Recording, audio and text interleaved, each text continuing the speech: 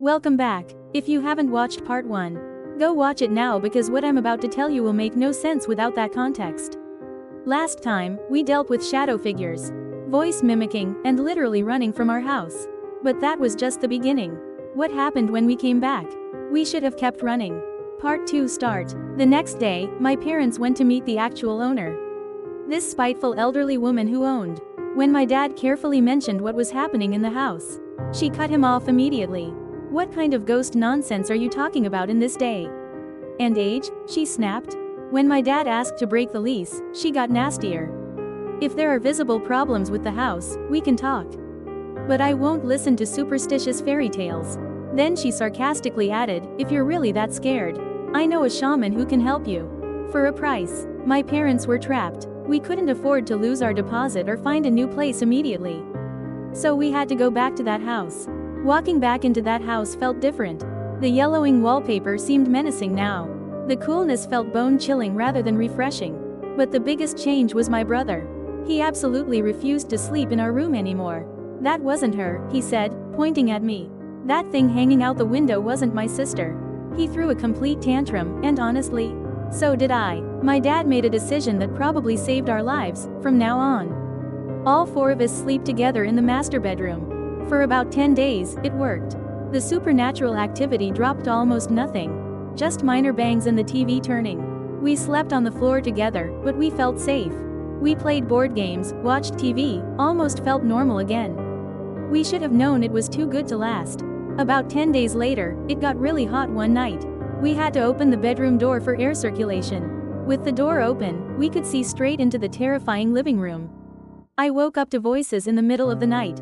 At first I thought it was my mom talking. But she was asleep facing away from me. That's when I saw it. On top of the vanity table. That old wooden piece that came with the house someone. The vanity was low to the ground. So I could clearly see pale white ankles bouncing up and down rhythmically. But the sounds. This thing wasn't singing or humming. It was making guttural, animalistic noises while it danced. Like a dying animal trying to speak through gravel. I was paralyzed with terror. I couldn't move, couldn't scream, couldn't even close my eyes. I just lay there in cold sweat, watching this nightmare through squinted eyelids for what felt like hours until I passed out from fear.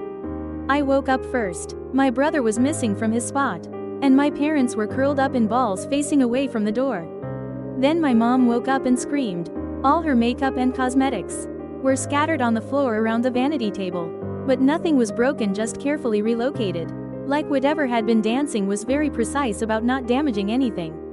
My parents had seen the same thing. We'd all shared this terrifying experience. And been too paralyzed to help each other. We searched everywhere calling his name. Finally, we heard crying from the closet in the small room. When my dad opened it, my brother burst out screaming and ran straight into the wall. His face was swollen from crying all night. He wouldn't talk, just kept saying, "Let's go outside," over and over. He was having a complete breakdown. My dad took him to work, and when I came home from school, my brother was clinging to my mom like a little kid. Our house became this tense place where nobody talked about what happened. But everyone was clearly traumatized. A week later, we went out for Korean barbecue.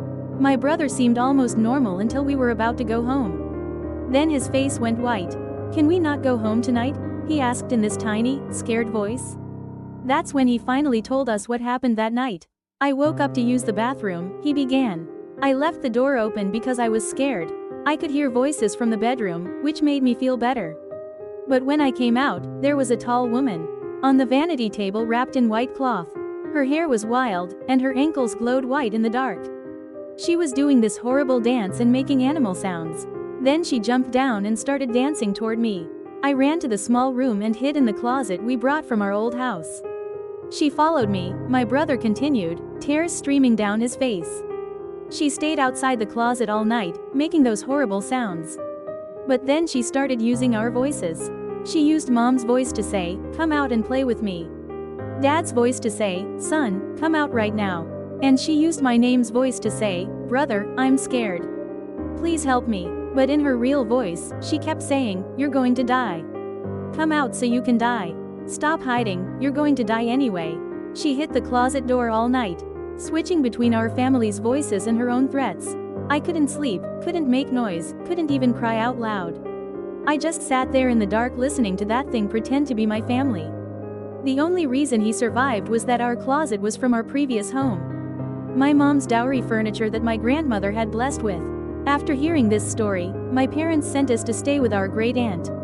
While they figured out what to do, my mom called my maternal grandmother, who answered immediately, unusual since she was hard of hearing. "I've been waiting for your call," my grandmother said. "I've been having the same nightmare for days."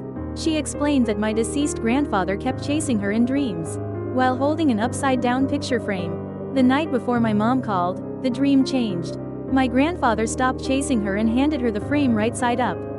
Inside was a family photo of us, but with an extra person. A woman with wild hair and white clothes, pressed against our family like she. The image was so disturbing my grandmother woke up, but could never remember the woman's face clearly. My grandmother immediately called a shaman she knew. A 40-year-old woman who looked completely normal, no mystical robes. They both came to our city the next day.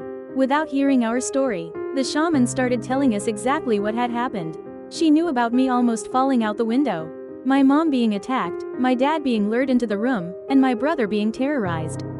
"One of the spirits in your house has been following your mother around, bragging about these incidents like they're amusing pranks," she explained.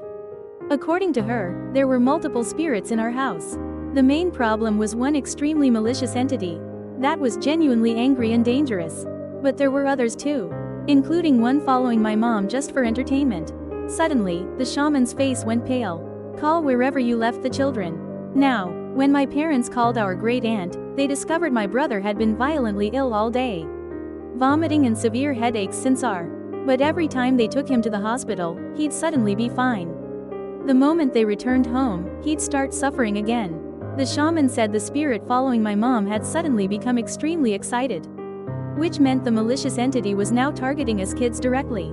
My parents, grandmother, and the shaman immediately drove to rescue us. But what the shaman found when she entered our house, what she discovered hidden behind our furniture, and the protective ritual she had to perform. That's part 3. Because guys, we were still 6 months away from escaping that house. And the worst was yet to come. Hit like if you're brave enough for part 3, and subscribe. Because you need to know how this ends. See you next time, if you can handle it.